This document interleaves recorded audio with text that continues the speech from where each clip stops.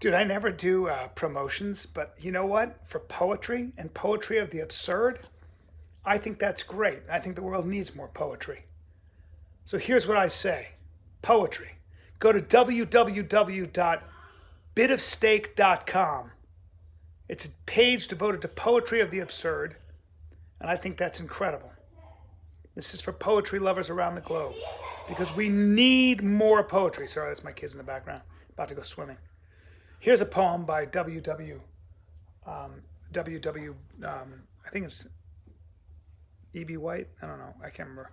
From the tables of joy, a crumb falls.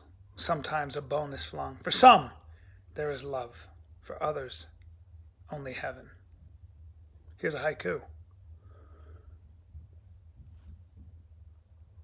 Even with insects, some can sing and some cannot.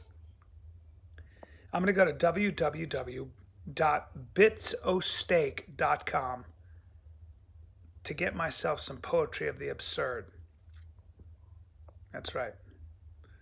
That's for the poetry lovers around the globe.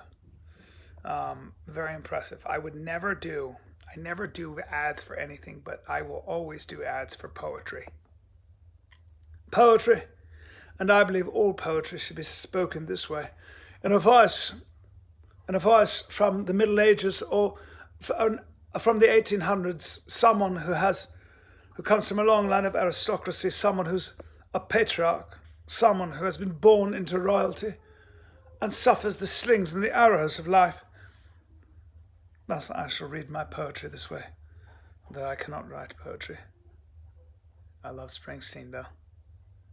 From her killer graces to her secret places that no boy can fill, with that smile on her lips, and with her hands on her hips and that smile on her lips, because she knows that it kills me.